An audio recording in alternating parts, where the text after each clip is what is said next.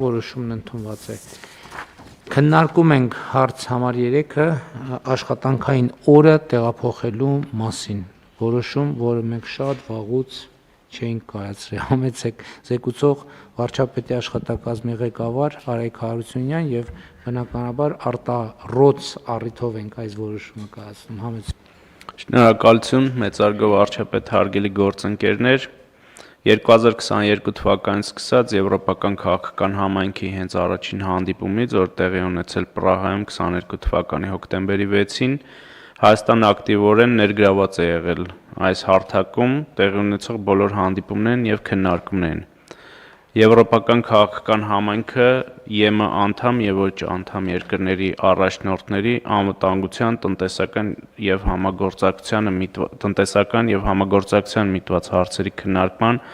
երկխոսության հարթակ է, որն անց է կացվում տարվա մեջ 2 անգամ։ Գարնանային գագաթաժողովը հյուրընկալում է ԵՄ անդամ չհանդիսացող պետությունը, իսկ աշնանային գագաթաժողովը ԵՄ անդամ պետությունը։ Ինչպես գիտեք, նախորդ տարի որոշում է կայացվել 26 թվականի գարնանային գագաթաժողովի հյուրընկալումը վերապահել Հայաստանին, ինչը եւս մեկ անգամ վկայում է Հայաստանի ակտիվ ներգրավվածության եւ տարածաշրջանային համագործակցության ամրապնդման պատրաստակամության մասին։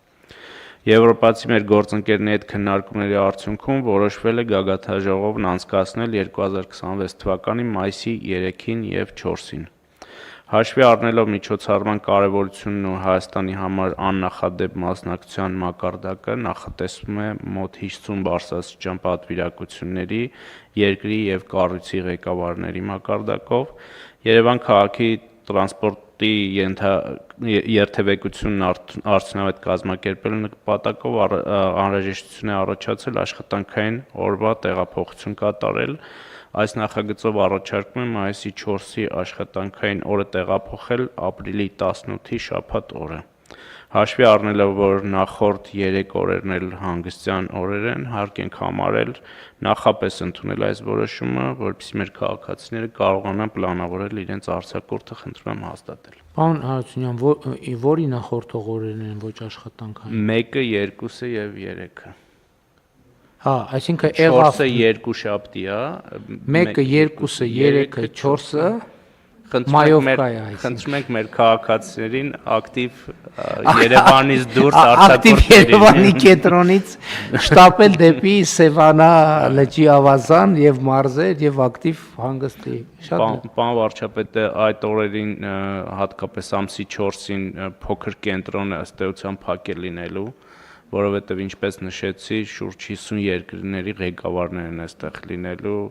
հյուրանոցային ամբողջ տնտեսությունը զբաղված է լինելու, դրանք հիմնական կենտրոնում են, երթևեկը այստեղով է կազմակերպելու, այդ պատճառով նաև հաշվի առնելով երթևեկության ծանրաբեռնվածությունը Երևանում, այսպիսի որոշում ենք կայացնում։ Շատ լավ, դա հաշվի է պետք առնել նաև, որ գործընկերները երկկողմ տարբեր հանդիպումներ են ունենում եւ այլ, այսինքն աշխատանքային ըստ էության միջավայր է դառնալու։ Հարգելի գործընկերներ, ուզում եմ առիթից օգտվել եւս մեկ անգամ Եվրոպական քաղաքական համայնքի մեր գործընկերներին շնորհակալություն հայտնել գագաթաժողովը Երևանում անցկացնելու որոշման համար։ Գիտեք, որ այդ որոշումը համաձայնությամբ կոնսենսուսով է կայացվում եւ իհարկե սա շատ կարեւոր հանգրվան է մեր պետության կայացման եւ միջազգային հեղինակության ամրապնդման տեսակետից եւ իհարկե կարեւոր է նաեւ, որ մենք միջոցառումը հյուրընկալենք կազմակերպչական ամենաբարձր մակարդակով եւ համոզված եմ, որ այդպես էլ կլինի եւ նման որոշումները ինչի համար են։ Առաջինը նախ մեր քաղաքացիներին լրացուցիչ անհարմարություններից զերծ պահելու, մանավանդ հիմա արդեն մենք երթևեկության հետ կապված խնդիրները շատ տեսանելի են եւ խնդրահարույց եւ իհարկե միջոցառումը պատշաճ մակարդակով կազմակերպելու եւ նաեւ լրացուցիչ չէ, բայց տենց կոմպակտ ոչ աշխատանքային օրեր սահմանելու եւ տաք եղանակը լավ տրամադրությամբ դիմավորելու համար։ Կան դիտարկումներ, չկան, ըստ այդմ հարցը դրվում է քվեարկության, ովքեր են դեմ որոշման ընդունմանը, դեմ չկա, որոշումն ընդունված է։ Հարգելի գործընկերներ, օգտվելով առիթից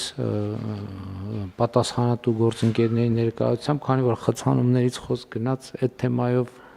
ստացվում է մեր գործակցությունը կառավարության եւ Երևանի քաղաքապետարանի միջև համեցեք բան խայ։ Շնորհակալություն, պարոն վարչապետ, ձեր հանձնարարությամբ աշխատանքային խումբ է ձևավորվել։